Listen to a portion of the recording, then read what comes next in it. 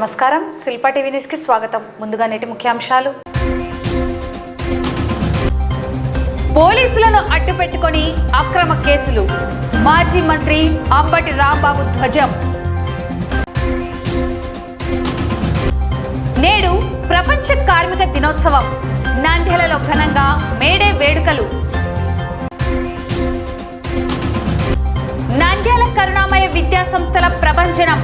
10వ తరగతి ఫలితాల్లో 100% ఉత్తీర్ణతతో సరికొత్త రికార్డ్.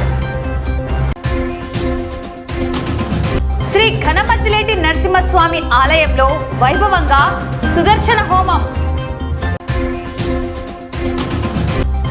10వ తరగతి ఫలితాల్లో శ్రీ సంకల్ప్, శ్రీ శాంతినికేతన్ విద్యార్థుల ప్రభంజనం. ఘనంగా ప్రతిభా పురస్కారాల ప్రదానం. నవయుగ వైతాళికుడు శ్రీ శ్రీ జయంతి వేడుకలు.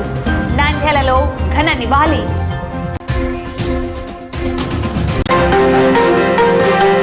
ఏపీలో కూటమి ప్రభుత్వం ప్రతిపక్ష వైఎస్ఆర్సీపీ నాయకులను, సోషల్ మీడియా కార్యకర్తలను లక్ష్యంగా చేసుకుని అక్రమ కేసులతో వేధిస్తోందని మాజీ మంత్రి అంబటి రాంబాబు తీవ్ర స్థాయిలో విమర్శించారు. పోలీస్ యంత్రాంగాన్ని ప్రభుత్వం తన రాజకీయ అవసరాలకు వాడుకుంటోందని ఆయన మండిపడ్డారు. శుక్రవారం నంద్యాల మాజీ ఎమ్మెల్యే శిల్పా రవిచంద్ర కిషోర్ రెడ్డి గృహంలో ఏర్పాటు చేసిన మీడియా సమావేశంలో ఆంధ్రప్రదేశ్ రాజకీయాల్లో ప్రస్తుత పరిస్థితులు, ప్రభుత్వం అనుసరిస్తున్న తీరుపై మాజీ మంత్రి అంబటి రాంబాబు చేసిన విమర్శలు సంచలనంగా మారాయి. మాజీ మంత్రి అంబటి రాంబాబు మాట్లాడుతూ, జనవరి 31న జరిగిన ఒక ఘటనపై తనపై ఏకంగా 32 కేసులు నమోదు చేశారని, తాజాగా పులివెందుల, వేంపల్లిలో మరికొన్ని కేసులు పెట్టారని అంబటి తెలిపారు. YCP media in charge Pudi Srihari విషయంలో కోర్టు బెయిల్ ఇచ్చినా మళ్లీ ఇతర ప్రాంతాల్లో అరెస్టులు చూపిస్తూ మానసిక హింసకు గురి చేస్తున్నారని ఆరోపించారు. ప్రభుత్వాలు శాశ్వతం కాదు. పోలీసు అధికారులు కొందరు రాజకీయ నాయకులకు అనుకూలంగా వ్యవహరించడం మానుకోవాలి. చట్ట వ్యతిరేక పనులకు పోలీసులను ఉపయోగించడం సరికాదు అని ఆయన పోలీసులను హెచ్చరించారు. భవిష్యత్తులో వైఎస్ఆర్సీపీ అధికారంలోకి వస్తుందని, అప్పుడు చట్టపరమైన పరిణామాలు ఉంటాయని సూచించారు.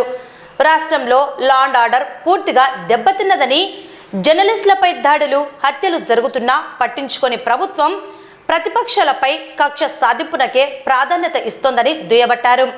రాష్ట్రంలో శాంతి భద్రతలు వైఫల్యం చెందాయన్నారు.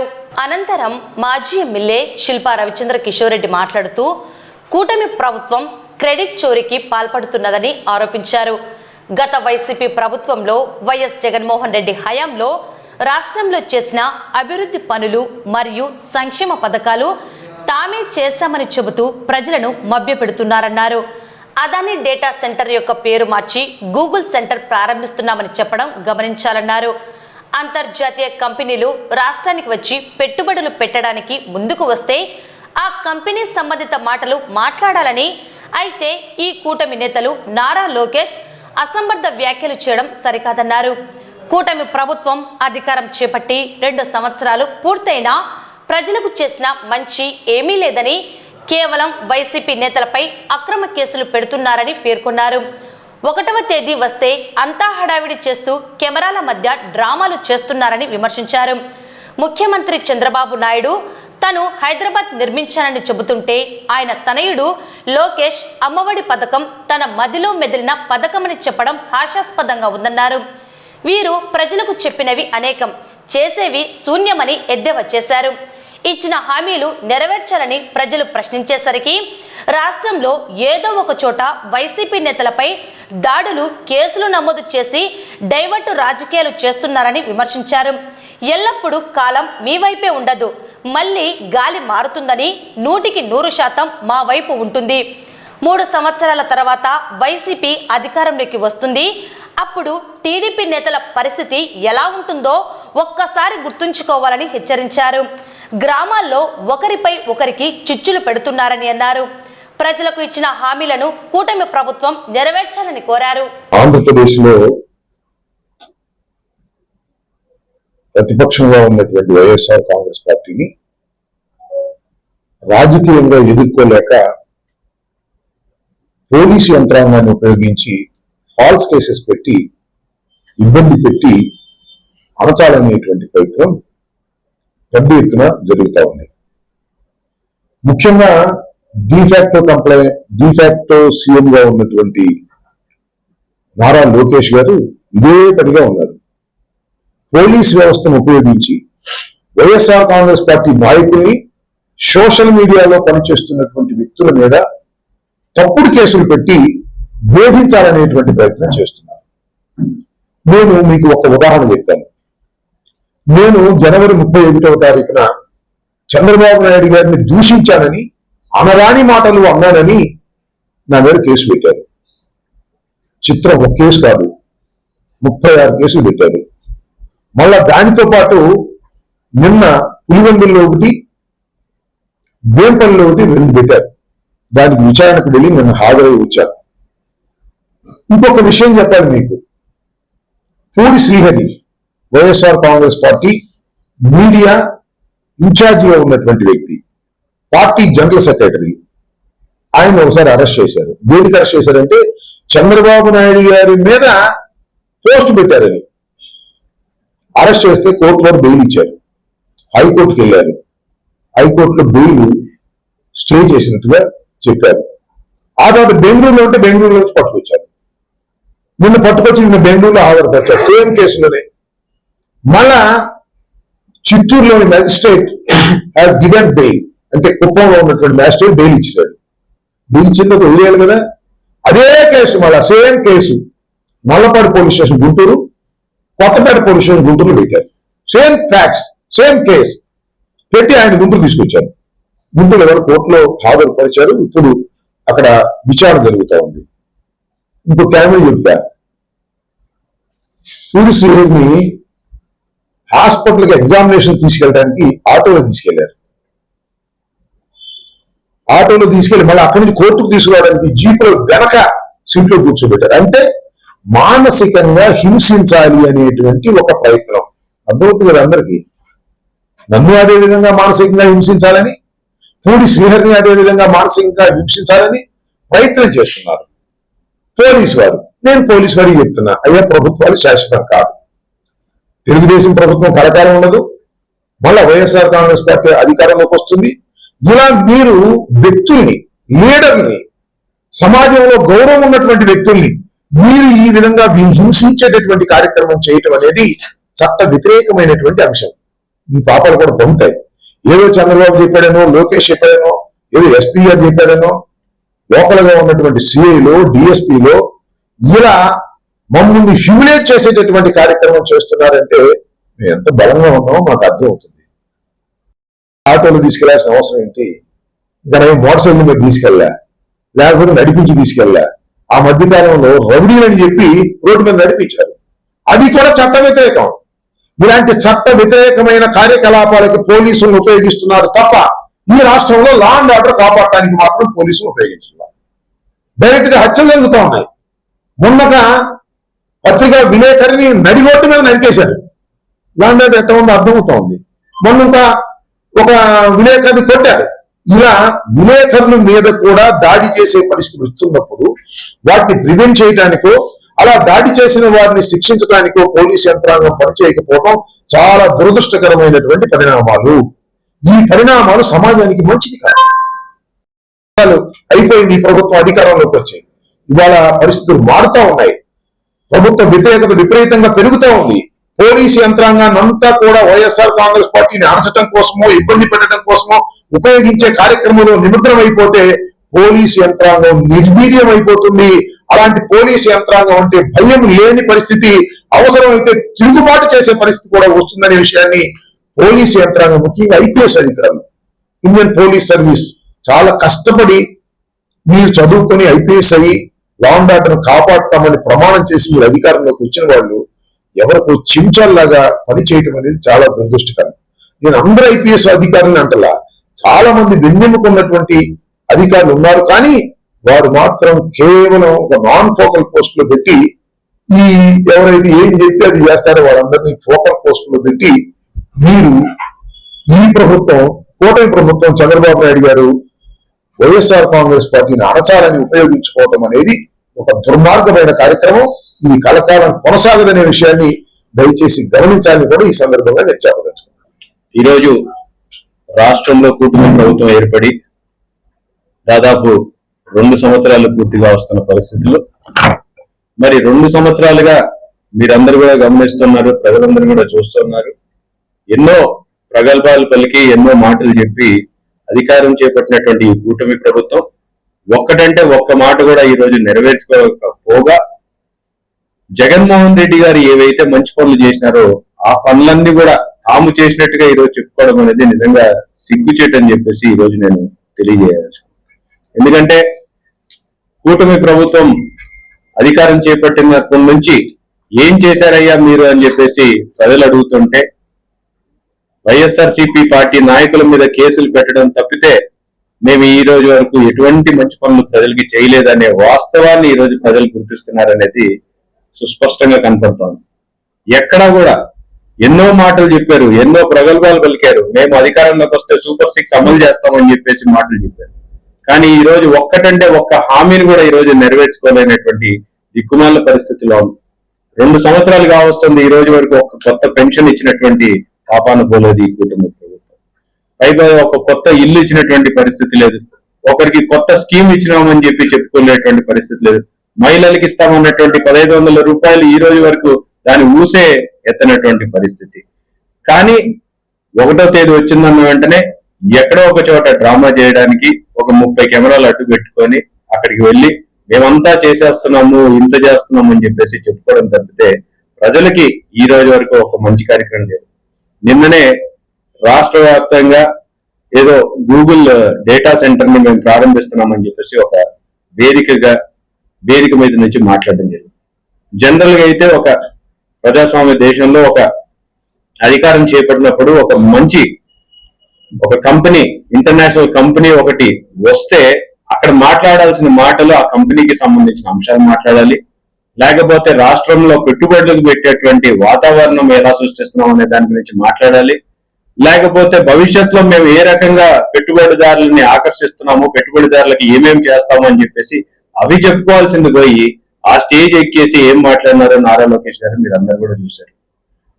విశాఖపట్నంలో జీ ఉందంటారు, విశాఖపట్నం స్పెల్లింగ్ లో జీ ఎక్కడి నుంచి వచ్చిందో ఎవరికి అర్థం కానటువంటి పరిస్థితి. మరి వైజాగ్ గురించి చెప్పుకోవాలి, గూగుల్ డేటా సెంటర్ వైజాగ్ లో జీతో పాటు ఏ ఉందనేది కూడా ప్రజలు గుర్తించినారు. ఈ రోజు అదానీ డేటా సెంటర్ అనేది జగన్మోహన్ రెడ్డి గారు తీసుకొచ్చినారని చెప్పేసి రాష్ట్రంలో ఉన్న ప్రతి ఒక్క ప్రజానికానికి తెలిసినటువంటి అంశం. కానీ అదానీ డేటా సెంటర్ ని మేము ఓపెన్ చేస్తున్నాం అని చెప్తే ఎక్కడ జగన్మోహన్ రెడ్డి గారికి క్రెడిట్ వస్తుందో అని చెప్పేసి ఒక దుర్మార్గమైన ఆలోచనతోటి ఈరోజు గూగుల్ అని చెప్పేసి ప్రజలకి చెప్పుకోవాలనుకున్నారు. మీరు కానీ ఎల్లో మీడియాని చూస్తే గూగుల్ ఆంధ్రప్రదేశ్కి వచ్చిందేమో అని చెప్పేసి మనందరం కూడా భ్రమపడేటువంటి పరిస్థితి. కానీ నిన్న చూశారు, సాక్షాత్తుగా వాళ్ళు చేసినటువంటి ఓపెనింగ్ లోనే, వాళ్ళు ఇచ్చినటువంటి యాడ్ లోనే మొదటి పేరు వచ్చేది అదానీ. ఎందుకంటే ఇది అదానీ డేటా సెంటర్, అదానీ వాళ్ళు కడుతున్నటువంటి డేటా సెంటర్, దాని క్లయింట్స్ వచ్చేసి గూగుల్ అండ్ ఎయిర్టెల్. దాన్ని పేరు మార్చి ఈరోజు క్రెడిట్ చోరీ, ఈ మధ్య ఫ్యాషన్ అయిపోయింది క్రెడిట్ చోరీ అని చెప్పేసి వాళ్ళే చెప్పుకుంటారు. ఎటువంటి క్రెడిట్ చోరీ చేస్తున్నారో మనందరం కూడా గమనిస్తాం. అదాని డేటా సెంటర్ క్రెడిట్ చోరీ. అమ్మఒడి అంట లోకేష్ గారి మధ్యలో నుంచి పుట్టినటువంటి ఐడియా అని చెప్పేసి ఈరోజు మాట్లాడుకుంటున్నారు. మరి గతంలో జగన్మోహన్ రెడ్డి గారికి ఐడియా కూడా లోకేష్ గారు ఇచ్చినారేమో మాకైతే అర్థం కాదు. అంటే ఏదైనా సరే తామే చేశామో, ఎలా అయితే హైదరాబాద్ ని నేనే నిర్మించాను అని చెప్పేసి చంద్రబాబు నాయుడు గారు చెప్పుకుంటారో, ఈ రోజు తన అనయుడు ఒక మెట్టు ఏది జగన్మోహన్ రెడ్డి గారు చేసిన పనులన్నీ కూడా నేనే చేశానని చెప్పి ఈరోజు చెప్పుకునేటువంటి దిక్కుమాల పరిస్థితి ఏర్పడింది. ఎందుకంటే వాళ్ళు చెప్పిన మాటలు అనేకం, చేసే పనులు మాత్రం శూన్యం. కాబట్టి ప్రజలందరూ గమనిస్తున్నారు. ప్రజలు దీన్ని ఎక్కడ ప్రశ్నిస్తారో అని చెప్పేసి ప్రశ్నించాలన్న పరిస్థితి తీసుకొచ్చిన ప్రతిసారి ఎవరో ఒక నాయకుడిని అరెస్ట్ చేస్తారు, ఎవరో ఒకరి మీద కేసులు పెడతారు, లేకపోతే లేనటువంటి అంశాల మీద మాట్లాడతారు. తిరుపతి లడ్డు అని ఒకసారి అంటారు, లేకపోతే ఇప్పుడు మనం ఏమన్నా 30,000 మంది మహిళలు ఎక్కడికి పోయారయ్యా, తీసుకొచ్చారా అని చెప్పేసి ప్రశ్నిస్తే ఇంకొక నాయకుడి మీద కేసు పెడతారు. పొరపాటున సోషల్ మీడియాలో ఒక పోస్ట్ షేర్ చేస్తే వాళ్ళ మీద కేసులు పెడతారు. ఒక్క చోట కాకుండా 30 చోట్ల కేసులు పెట్టేసి వాళ్ళు ఏదో ఈరోజు ఆనందపడుతున్నారు. ఒకటే గుర్తు పెట్టుకోవాలి, ఎల్లప్పుడూ కాలం మీ వైపు ఉండదు. మళ్ళీ గాలి మారుతుంది. 100% 3 సంవత్సరాల తర్వాత గాలి మా వైపు ఉంటుంది. ఒక్కసారి మేము అధికారంలోకి వస్తే ఏ రకంగా ఉంటుందో ఒక్కసారి తెలుగుదేశం నాయకులు అందరినీ కూడా ఆలోచించుకోమని చెప్పి కోరుతున్నాం. ఈ రోజు ఊర్లు ప్రశాంతంగా బతుకుతున్నటువంటి పరిస్థితుల నుంచి ఊర్లలో చిచ్చు పెట్టి ఈ రోజు నాయకులందరినీ కూడా ఒకరి మీదకి ఒకరు ఉసిగొల్పేటువంటి పరిస్థితికి తీసుకొచ్చినారు. మరి భవిష్యత్తులో ఇదే రకంగా పోతే చాలా తీవ్రమైన పరిణామాలు ఎదుర్కోవాల్సి వస్తుందని చెప్పేసి కూడా హెచ్చరిస్తూ, మరి ఇప్పటికైనా ప్రజలకి చెప్పినటువంటి మాటలని మీరు హామీలను అమలు చేయాలని చెప్పేసి ఈ రాష్ట్ర ప్రభుత్వాన్ని మేము డిమాండ్ చేస్తాం. శ్రమని ఆయుధమైతే విజయం నీ బానిస అవుతుంది. సమాజం అనే మహాసౌధానికి పునాది రాళ్ళు కార్మికులు. ఎండనక వాననక తమ చెమటను చిందించి లోకానికి వెలుగులు పంచుతున్న శ్రామిక లోకానికి మేడే శుభాకాంక్షలు. చికాగో వీధుల్లో మొదలైన హక్కుల పోరాటం నేడు ప్రపంచ కార్మిక చట్టాలకు దిక్సూచిగా మారింది. నేడు తెలుగు రాష్ట్రాలతో పాటు దేశవ్యాప్తంగా మేడే వేడుకలు ఘనంగా నిర్వహించారు. ప్రత్యేకంగా నంద్యాలలో అన్ని కార్మిక కర్షక సంఘాలు ప్రపంచ కార్మిక దినోత్సవాన్ని నిర్వహించాయి. నేడు మే 1వ తేదీ శ్రామికుల పండుగ. చికాగో నగరంలో 1886లో కార్మికులు చేసిన పోరాటం, చిందించిన రక్తం వృధా పోలేదు. గొడ్డు చాకిరీ నుంచి విముక్తి కలిగిస్తూ 8 గంటల పనిదినాన్ని సాధించుకున్న చారిత్రాత్మక రోజు ఇది. నంద్యాల పట్టణంలోని వామపక్ష ప్రజా సంఘాల పార్టీ కార్యాలయాల వద్ద ప్రధాన కూడళ్లలో ఏర్పాటు చేసిన జెండాలను కార్మిక సంఘాల నాయకులు కార్మికులతో కలిసి ఆవిష్కరణలు ఘనంగా నిర్వహించారు. పలు చోట్ల సేవా కార్యక్రమాలు నిర్వహించారు. అయితే మారుతున్న కాలంతో పాటు కార్మికుల సమస్యలు కూడా మారుతున్నాయి. అసంఘటిత రంగ కార్మికుల భద్రత, ఐటీ రంగంలో లేఆఫ్స్, పెరుగుతున్న ధరలకు అనుగుణంగా వేతనాలు లేకపోవడం వంటి సవాళ్లు నేటికి వెంటాడుతూనే ఉన్నాయి. ఈసారి కేవలం వేడుకలకే పరిమితం కాకుండా సమాన పనికి సమాన వేతనం మరియు కనీస వేతనం చట్టం అమలు చేయాలని కార్మికులు గలమెత్తుతున్నారు. మనిషిని మనిషిగా గుర్తించి శ్రమకు తగిన విలువనిచ్చే సమాజం కోసం ప్రతి ఒక్కరూ కంకణం కట్టుకోవాలి. మరోసారి శ్రామిక లోకానికి మేడే శుభాకాంక్షలు. ఈరోజు మేడే కార్మికుల దినం. కార్మికులు అనేవాళ్ళు మన దేశానికి వెన్నెమ్మక లాంటి వాళ్ళు. వాళ్ళ కోసం చాలా చట్టాలు వచ్చాయి. దాన్ని నిర్వర్తించే క్రమంలో ఉన్నారు. అందరికీ న్యాయం జరగాలి అనే ఒక దీంతో ఈ చట్టాలు తీసుకొచ్చారు. ఇది మొదట చికాగో స్టార్ట్ అయింది. ఇది అంటే పని సమయాన్ని తగ్గించాలనే దీంతో అప్పుడు దాన్ని ప్రారంభించారు. ప్రతి ఒక్కరికి న్యాయం జరగాలనే ఉద్దేశంతో కార్మికులు లేకపోతే అసలు ఎవరికి ఏ రంగంలో కూడా న్యాయం అసలు జరగదు. వాళ్ళు ప్రతి పనిలో కూడా ఉండాల్సిందే. వాళ్ళకి న్యాయం జరిగినప్పుడే దేశం బాగుపడుతుంది. కాబట్టి మన ప్రభుత్వాలు కూడా వారిని న్యాయం చేయాలనే ఒక దీంతో ఉన్నారు. కాబట్టి కార్మికుల్ని గౌరవిద్దాం, శ్రమిద్దాం, శ్రమను గౌరవిద్దాం. జై హింద్. 140వ మేడేను గాంధీ చౌక్లో జరుపుకుంటున్నాము. ఈ మేడే జెండాను సిఐటియు సీనియర్ నాయకులు నంద్యాల లారీ హమాలీ యూనియన్ గౌరవాధ్యక్షులు తోటమద్దులు గారు జెండా ఆవిష్కరణ చేయడం జరిగింది.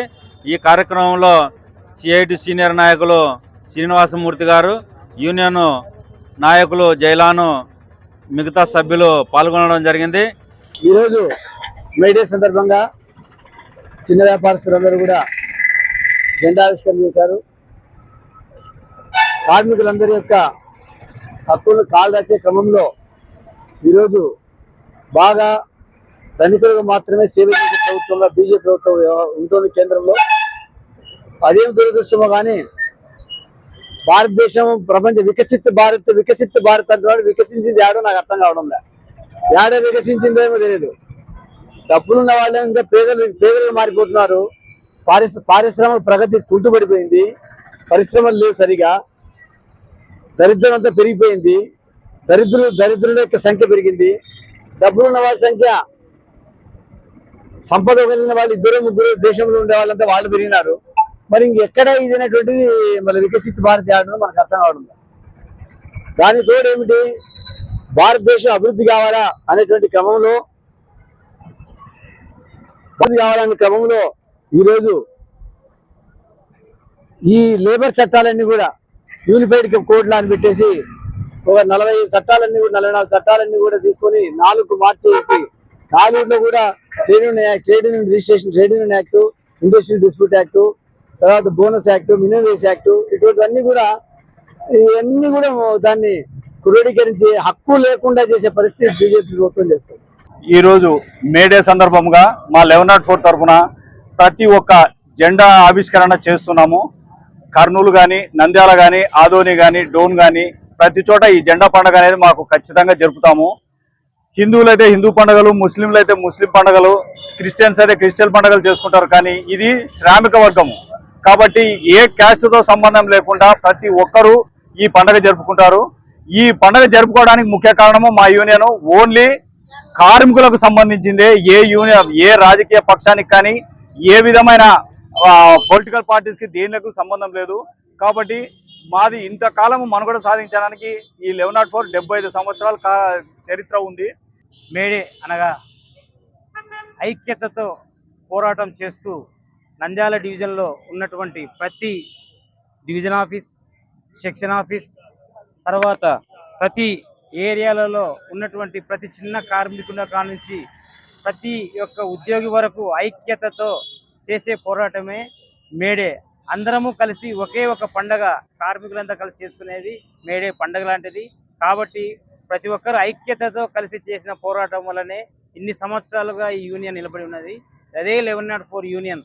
కాబట్టి మేము మన నంద్యాల ప్రజలకందరికీ చెప్పుకునేది ఏంటంటే ప్రతి ఒక్కరు, మేమే కాకుండా ప్రతి సిఐటి కానీ ప్రతి అందరూ కూడా ఈరోజు పండుగ చేసుకుంటున్నారు. కాబట్టి ఐక్యతతో జరిగే పోరాటమే ఈ మేడే. ప్రపంచ కార్మికులు ఈరోజు వారి శ్రమకు ప్రతిఫలము అందిన రోజు. ఈరోజు వారి స్వేచ్ఛకు, వారి హక్కులకు ప్రాధాన్యత కల్పించి వారి స్వేచ్ఛకు ఎంతోమంది నాయకులు వారి ఆత్మార్పణ చేశారు. అలాంటి రోజు ఈరోజు మేడేగా జరుపుకుంటున్నాము. ప్రపంచవ్యాప్తంగా కూడా కార్మికుల దినోత్సవం ఇది. కార్మికులు ఇది ఒక పండగ వాతావరణంలో జరుపుకోవాల్సినటువంటి రోజు. ఎందుకంటే 1886లో అంటే దాదాపు 200 సంవత్సరాలు 150 సంవత్సరాల కిందట అమెరికాలో చికాగో అనే ఒక ఊర్లో మార్కెట్లో కార్మికులు మాకు 10 గంటలు తగ్గించండి అని చెప్పేసి ఒక ఉద్యమం చేస్తుంటే, పోరాటం చేస్తుంటే అప్పుడు అక్కడ ఉన్నటువంటి అధికారంలో నుండి ప్రభుత్వాలు కాల్చడం జరిగింది. అప్పుడు దాదాపు కొంతమంది కార్మిక నాయకులు చనిపోవడం జరిగింది. అందుకోసం అని చెప్పేసి ఆ రోజు ప్రభుత్వాలన్నీ దిగొచ్చి కార్మికులందరికీ 8 గంటల పనిదినం పెట్టాలని చెప్పేసి ఒక నిర్ణయం తీసుకోవడంతో అందరికీ కార్మికులకు ఆ రోజు మంచి జరిగిందనే ఉద్దేశంతో మే 1వ తారీఖును మే దినోత్సవంగా, మే కార్మికులందరికీ పండగ దినోత్సవంగా జరుపుకోవాలని చెప్పేసి ప్రపంచవ్యాప్తంగా నిర్ణయించుకోవడం జరిగింది. ఆ విధంగా మన భారతదేశంలో కూడా 1936లో మేడే జరపాలి. ఎందుకంటే పెట్టుబడిదారులు, పెద్ద పెద్ద మిల్లులు వర్కర్స్కు 20 గంటలు 18 గంటలు పని చేయించేవాళ్ళు. వర్కర్స్ గురించి, కార్మికుల గురించి ఏమాత్రం కూడా పట్టించుకొని పరిస్థితులు ఉన్నప్పుడు ప్రపంచవ్యాప్తంగా కార్మిక దినోత్సవం జరుపుకోవాలి. మే 1వ తారీఖున అందరం పండుగ చేసుకోవాలి.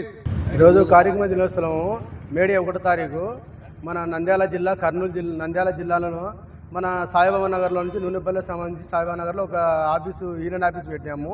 ఇది పెట్టి కూడా దగ్గర 20-30 సంవత్సరాలు అవుతుంది. మేము ఈ గౌండా కార్మికుల సంఘం తరపు నుంచి మేము ఈ మేడే జరుపుతున్నాము. ప్రతిదానికి మా గౌండా కార్మికులు కానీ, మా మేస్త్రీలు కానీ మా వాళ్ళు సహకరిస్తున్నారు. కాబట్టి మేము ఈ మీడియాలు కానీ కొన్ని సహాయాలు బీద బిక్కికి ఎన్నో సహకారం చేస్తున్నాము. మేము ఏ గవర్నమెంట్కు మేము వ్యతిరేకత కాదు, ఏ గవర్నమెంట్ మేము సహాయం అడగము. ఎందుకంటే ఇది ఈ రోజు నుంచి వచ్చినది కాదు. గౌండా కార్మికులు అంటే ఏ పార్టీకి సంబంధం కాదు, ఏ పార్టీకి మద్దతు ఇచ్చి ఏ పార్టీకి సలాం చేసేది కాదు. ఈరోజు కార్మిక దినోత్సవం మేడే సందర్భంగా మా రాష్ట్ర ఏఈటియు పిలుపు మేరకు నంద్యాల టీవీ టెక్నీషియన్ అసోసియేషన్ వారి ఆధ్వర్యంలో మజ్జిగ పంపిణీ కార్యక్రమం చేస్తున్నాము. ఈ కార్యక్రమానికి మా సభ్యులందరూ అన్ని విధాలా సహకరిస్తున్నందుకు అందరికీ ధన్యవాదములు, కృతజ్ఞతలు. అలాగే మేము ఈ కార్మిక దినోత్సవం రోజు ఒక విషయం గుర్తు చేసుకోవాలి. మేమందరము గత 25-30 సంవత్సరాల నుంచి ఈ ఫీల్డ్లో ఉన్నాము. మేము radio, tape recorder, TV, black and white TV, LCD, LED ఇలా టెక్నాలజీ మారుతూ పోతున్నాయి. కానీ మేము ఈ కార్మిక దినోత్సవంలో ఏదంటే మాకు పనులు లేకుండా తగ్గిపోతూ ఉన్నాయి. మమ్మల్ని ప్రభుత్వం వారు కూడా గుర్తించి మాకు నిప్మా వారి నుంచి ఆర్థిక సహాయం అయితేనేమి, స్కిల్ డెవలప్మెంట్ నుంచి ట్రైనింగ్ ప్రోగ్రాము మరియు టూల్స్ ఇప్పించే విధంగా కూడా ప్రయత్నం చేయాలి అని మేము కోరుకుంటున్నాము.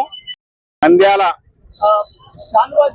టీవీ టెక్నీషియన్ అసోసియేషన్ తరపు నుంచి ప్రతి సంవత్సరం మేడే కార్యక్రమము ప్రతి జిల్లాలలో జరపడం జరుగుతుంది.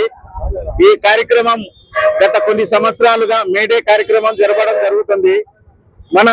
ప్రత్యేకంగా మన నంద్యాలలో ప్రతి సంవత్సరం మజ్జిగ పంపిణీ కార్యక్రమం చేయడం జరుగుతుంది. ఈ మజ్జిగ కార్యక్రమం ప్రతి ఎండల కాలం ప్రతి ఒక్కరూ ఎండకు ఇబ్బంది పడకోకుండా కొంచెం చల్లన మజ్జిగ తాగి కొంచెం సేవ తీర్చే విధంగా మన టీవీ టెక్నీషియన్ అసోసియేషన్ తరపు నుంచి ఈ ప్రోగ్రాం ప్రతి సంవత్సరం చేయడం జరుగుతుంది. నంద్యాల విద్యారంగంలో కరుణామయ విద్యా సంస్థలు మరోసారి తమ ఆధిపత్యాన్ని చాటుకున్నాయి. 10వ తరగతి పబ్లిక్ పరీక్ష ఫలితాల్లో 100% ఉత్తీర్ణతతో విద్యార్థులు రికార్డు స్థాయి మార్కులు సాధించి పాఠశాల కీర్తిని చాటారు. నంద్యాల పట్టణం శ్యామ్నగర్లోని కరుణామయ విద్యా సంస్థలు ఈ ఏడాది 10వ తరగతి ఫలితాల్లో విజయకేతనం ఎగురవేశారు. పరీక్షలకు హాజరైన 27 మంది విద్యార్థులందరూ ప్రథమ శ్రేణిలో ఉత్తీర్ణత సాధించి 100% ఫలితాన్ని నమోదు చేయడం విశేషం. ముఖ్యంగా విద్యార్థి రాఘవేంద్ర 589 మార్కులతో టాపర్గా నిలవగా, పవన్ సాయి 585, సానియా 583 మార్కులతో అద్భుత ప్రతిభ కనబరిచారు. మొత్తం విద్యార్థులలో 16 మంది 500కు పైగా, 8 మంది 550కు పైగా మార్కులు సాధించి స్కూల్ సత్తా చాటారు. ఈ సందర్భంగా పాఠశాల చైర్మన్ దండె దస్తగిరి మరియు డైరెక్టర్ దండె వెంకటేష్ నరేష్ మాట్లాడుతూ, తక్కువ ఫీజులతో నాణ్యమైన విద్యను అందిస్తూ విద్యార్థులపై ఒత్తిడి లేకుండా వ్యక్తిగత శ్రద్ధ వహించడం వల్లే ఈ అద్భుత ఫలితాలు సాధ్యమయ్యాయని తెలిపారు. ఈ విజయం విద్యార్థుల కష్టం, ఉపాధ్యాయుల నిబద్ధత మరియు తల్లిదండ్రుల సహకారానికి నిదర్శనమని వారు పేర్కొన్నారు. విజయం సాధించిన విద్యార్థులను, వారిని తీర్చిదిద్దిన ఉపాధ్యాయ బృందాన్ని యాజమాన్యం ఘనంగా అభినందించింది. ఈ కార్యక్రమంలో ఉపాధ్యాయులు, విద్యార్థులు మరియు తల్లిదండ్రులు పాల్గొని సంబరాలు చేసుకున్నారు. ఈరోజు మా కరుణామయ విద్యా సంస్థలందు 10వ తరగతి రిజల్ట్స్లో మొత్తం 27 మంది విద్యార్థులు రాస్తే 27 మంది పాస్ అయ్యారు. అలాగే మా పాఠశాల అత్యుత్తమంగా మార్క్స్ 589 మార్కులు సాధించాం. మా పాఠశాలకు ఎంత గర్వకారణము. అలాగే మా పాఠశాలలో ఎలాంటి టెస్టులు పెట్టకుండా విద్యార్థులను చేర్చుకొని సాధారణమైన విద్యార్థులను అసాధారణంగా తీర్చిదిద్ది అత్యధిక మార్కులను అందరినీ ఉత్తీర్ణత సాధించే పాఠశాల మా కరుణామయ స్కూలు. అతి తక్కువ ఫీజులతో విద్యార్థులకు విద్యను అందించి మంచి ఉన్నత స్థాయిలో తీర్చిదిద్దాలనే కాన్సెప్ట్తో మేము ఈ పాఠశాలను ప్రారంభించడం జరిగింది. అలాగే ఈ ఉత్తీర్ణ శాతాన్ని 100% తీసుకురావడానికి కృషి చేసిన మా కరెస్పాండెంట్స్కు మరియు మా టీచర్స్కు, విద్యార్థులకు అందరికీ నా హృదయపూర్వక అభినందనలు. మా కరుణామయ విద్యా సంస్థల విద్యార్థులు 10వ తరగతి పరీక్షా ఫలితాలలో ప్రభంజనం సృష్టించారు. 27 మంది విద్యార్థులు పరీక్షకు హాజరైతే 27 మంది విద్యార్థులు కూడా మొదటి శ్రేణిలో ఉత్తీర్ణత సాధించారు అని చెప్పడానికి గర్వపడతా ఉన్నాను. 27 మందిలో 16 మంది విద్యార్థులు 500కు పైగా మార్కులు సాధించారు. అందులో 8 మంది 550 పైగా విద్యార్థులు సాధించారు. రాఘవేంద్ర అనే విద్యార్థి 589 మార్కులతో పాఠశాల టాపర్గా నిలిచారు. పవన్ సాయి 585, సానియా 583, ఆక్సా మేఘవర్ష 570 మార్కులతో టాపర్స్గా నిలిచారు. సో ఈ విజయానికి కారణమైన ఉపాధ్యాయులందరినీ కూడా నేను అప్రిషియేట్ చేస్తా ఉన్నాను. అలాగే తల్లిదండ్రులకు ఒక చిన్న విన్నపము, స్కూల్ పేరు చూసి, ఇన్ఫ్రాస్ట్రక్చర్ చూసి అత్యధిక ఫీజులు వసూలు చేస్తేనే మంచి స్కూల్ అనే భావనతో తల్లిదండ్రులు ఉన్నారు. ఆ భావన తప్పు అని మన కరుణామయ విద్యా సంస్థలు ఈరోజు నిరూపించడం జరిగింది. ఎందుకంటే ఈ ఫలితాలే నిదర్శనము. మొత్తం నంద్యాల వ్యాప్తంగా నంద్యాల పట్టణంలో 58 పాఠశాలలు 10వ తరగతి ఎగ్జామినేషన్స్కి అపియర్ అయితే కేవలం 16 పాఠశాలలే 100% ఉత్తీర్ణత సాధించాయి. అందులో మా కరుణామయ పాఠశాల కూడా ఉందని చెప్పడానికి నేను గర్వపడతా ఉన్నాను. సో మా కరుణామయ విద్యా సంస్థలో విద్యార్థులమైన ఎలాంటి ఒత్తిడి లేకుండానే మేము ఈ ఫలితాలు సాధించాము. పిల్లలకు విలువలతో కూడిన విద్యను నేర్పిస్తూ సొసైటీ, సమాజం పట్ల, దేశం పట్ల ప్రేమను పెంపొందిస్తూ మా విద్యార్థులకు ఎడ్యుకేషన్ నేర్పిస్తా ఉన్నాను. సో తల్లిదండ్రులందరూ కూడా కరుణామయ విద్యా సంస్థల ఎడ్యుకేషన్ ఉపయోగించుకుంటారని ఈ సందర్భంగా నేను తెలియజేస్తా ఉన్నాను. నంద్యాల తెలుగుపేటలో కొలువై ఉన్న శ్రీ ఘనమద్దిలేటి నరసింహస్వామి దేవస్థాన 28వ వార్షికోత్సవాన్ని పురస్కరించుకొని ఆలయ కమిటీ ఆధ్వర్యంలో ప్రత్యేక పూజా కార్యక్రమాలు నిర్వహించారు. ఈ వేడుకల్లో ప్రధాన ఘట్టమైన సుదర్శన హోమం అత్యంత వైభవంగా జరిగింది. భక్తులు భారీ సంఖ్యలో పాల్గొని స్వామివారి కృపకు పాత్రులయ్యారు. ధనుర్మాసం మరియు స్వాతి నక్షత్రం కలయిక ఉన్న శుభముహూర్తాన ఈ హోమాన్ని నిర్వహించడం విశేషం. వేద పండితుల మంత్రోచ్చరణల మధ్య హోమగుండంలో హఫీసులను సమర్పిస్తూ శాస్త్రోక్తంగా ఈ క్రతువును పూర్తి చేశారు. స్వాతి నక్షత్రం మరియు ఈ పవిత్ర ధనుర్మాస కాలంలో సుదర్శన హోమం చేయడం వల్ల లోక కళ్యాణం సిద్ధిస్తుంది. ఈ హోమంలో పాల్గొన్న భక్తులకు గ్రహదోషాలు తొలగి శత్రుభయం నీడ దరిచేరదు. మానసిక ప్రశాంతతతో పాటు సకల ఐశ్వర్యాలు కలుగుతాయని ఆలయ అర్చకులు తెలిపారు. యశోదాదేవి గర్భాన అంటే దేవకి గర్భాన పుట్టినప్పుడు శ్రీకృష్ణ పరమాత్మ మన తెలుగుపేటలో నంద్యాల జిల్లా శ్రీ ఘనమద్దిలేటి లక్ష్మీ నరసింహస్వామి యొక్క దేవస్థానం నందు 28వ వార్షికోత్సవంలో భాగంగా చివరి రోజున మన లక్ష్మీ నరసింహస్వామి యొక్క దేవస్థానం దగ్గర అంగరంగ వైభవంగా శ్రీ సుదర్శన నరసింహ యాగాన్ని కూడా వైభవంగా ఉదయం 10 గంటల నుంచి కూడా ప్రారంభం చేసుకొని దాదాపుగా ఒక 2 గంటల సేపు ఈ యొక్క హోమాన్ని కూడా వైభవంగా జరిపాం. ఈ హోమం చేసుకోవడంలో ఏం జరుగుతుంది మనందరికి కూడా, సుదర్శనుడు అంటేనే సాక్షాత్తు శ్రీ మహావిష్ణువు చేతిలో కుడి చేతిలో ఉన్నటువంటి ఆయన సుదర్శన చక్రం. అలాంటి యొక్క యాగాన్ని కూడా మనం జరుపుకోవడం వల్ల ఆ యాగంలో పాల్గొంటే చక్కగా ఈతి బాధలు, నవగ్రహ దోష బాధలు, శత్రు బాధలు, అలానే అస్త్రశస్త్రాలు మనకి ఏది ఉన్నా అన్ని కూడా బాధలు కూడా తొలగిపోతాయంట. ఈ యాగం చాలా గొప్పది కనుక మీరందరూ కూడా ఈ యొక్క యాగంలో కూడా స్వాతి నక్షత్రం రోజున చక్కగా మనందరూ కూడా వైశాఖ మాసంలో జరుగుతుంది. అలానే ధనుర్మాస మహోత్సవంలో ఒకసారి స్వాతి నక్షత్రం రోజున ఈ యొక్క హోమ కార్యక్రమం జరుగుతుంది.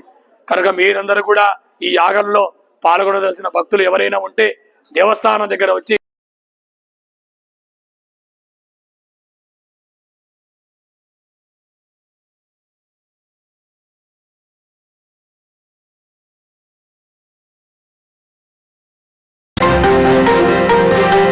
నంద్యాల పట్టణంలోని సంజీవనగర్ శ్రీ సంకల్ప పాఠశాల నేడు వేడుకలకు వేదికైంది.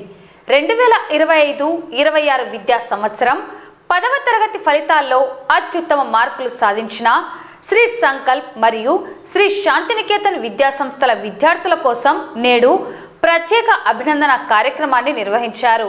ఈ కార్యక్రమానికి విద్యా సంస్థల చైర్మన్ సుధాకర్ ముఖ్య అతిథిగా హాజరై జ్యోతి ప్రజ్వలన చేసి కార్యక్రమాన్ని ప్రారంభించారు.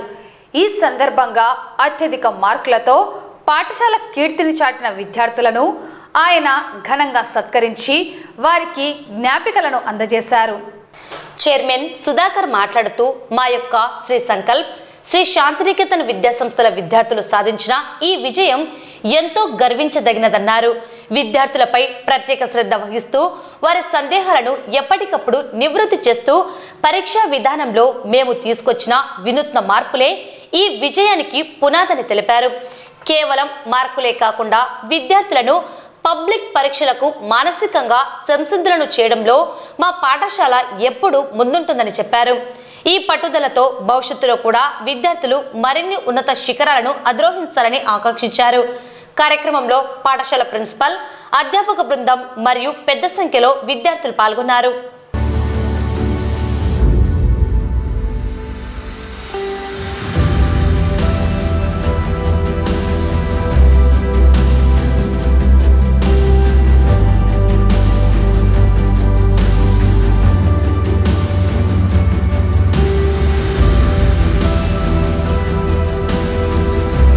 ఎస్ఎస్సి 2026 పబ్లిక్ పరీక్షల ఫలితాల్లో శ్రీ శాంతినికేతన్ విద్యాసంస్థల విద్యార్థులు తమ అద్భుతమైనటువంటి ప్రతిభ కనపరిచి బెస్ట్ మార్క్స్ సాధించడం జరిగింది. మరి ఇంత మంచి మార్క్స్ సాధించినటువంటి విద్యార్థుల్ని మరి ప్రోత్సహించినటువంటి తల్లిదండ్రుల్ని, ఉపాధ్యాయ వర్గాన్ని అందరినీ కూడా మనస్ఫూర్తిగా అభినందిస్తున్నాను.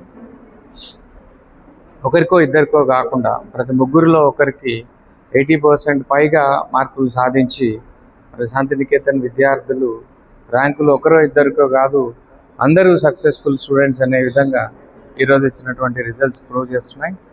మేము ఫాలో అవుతున్నటువంటి ఫౌండేషనల్ కోర్సెస్, అదేవిధంగా ఈ పబ్లిక్ ఎగ్జామినేషన్స్కి తీసుకున్నటువంటి ప్రత్యేకమైన పటిష్టమైనటువంటి విద్యా ప్రణాళికతో ఈ విజయం సాధ్యమైంది. 587, 585, 584, 580 అబోవ్ దాదాపు 10 మంది విద్యార్థులు సాధించడం, 570 అబోవ్ దాదాపు 20 మెంబర్స్ విద్యార్థులు, 550 అబోవ్ అరౌండ్ 50+ స్టూడెంట్స్ ఈరోజు మార్కులు సాధించారంటే నిజంగా వారి యొక్క హార్డ్ వర్క్కి, డెడికేషన్కి మనస్ఫూర్తిగా ధన్యవాదాలు తెలియజేస్తున్నాను. ఈ లెర్నింగ్ అనేది ఇది ఫస్ట్ స్టెప్ మాత్రమే. ఇదే డెడికేషన్తో భవిష్యత్తులో కూడా మరింత కష్టపడి వారి అకాడమిక్ లైఫ్లో మరిన్ని విజయాలు సాధించాలని చెప్పేసి మనస్ఫూర్తిగా కోరుకుంటున్నాను.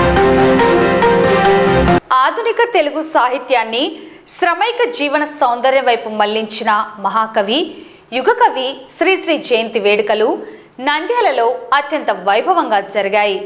సాహితీ స్రవంతి ఆధ్వర్యంలో స్థానిక పింగళి సూరణ శాఖ గ్రంథాలయంలో నిర్వహించారు. సాహితీ స్రవంతి నాయకులు శ్రీ చిత్రపటానికి పూలమాలలు వేసి ఘనంగా నివాళులర్పించారు. అనంతరం సాహితీ స్రవంతి జిల్లా అధ్యక్షులు శ్రీనివాసమూర్తి, ఏపీ సచివాలయ గెజిటెడ్ ఆఫీసర్స్ సంఘం అధ్యక్షులు కెవి కృష్ణయ్య, చిత్తూరు జిల్లా ZP CEO Venkata Narayana, doctor నీలం వెంకటేశ్వర్లు మాట్లాడుతూ సాహిత్యం సమాజ హితం కోసం ఉండాలని శ్రీశ్రీ ఆకాంక్షించారని, అనగారిన వర్గాల గొంతుకగా ఆయన రచనలు నిలిచాయన్నారు. నేటి తరానికి శ్రీశ్రీ కవిత్వం ఒక దిక్సూచన తెలిపారు.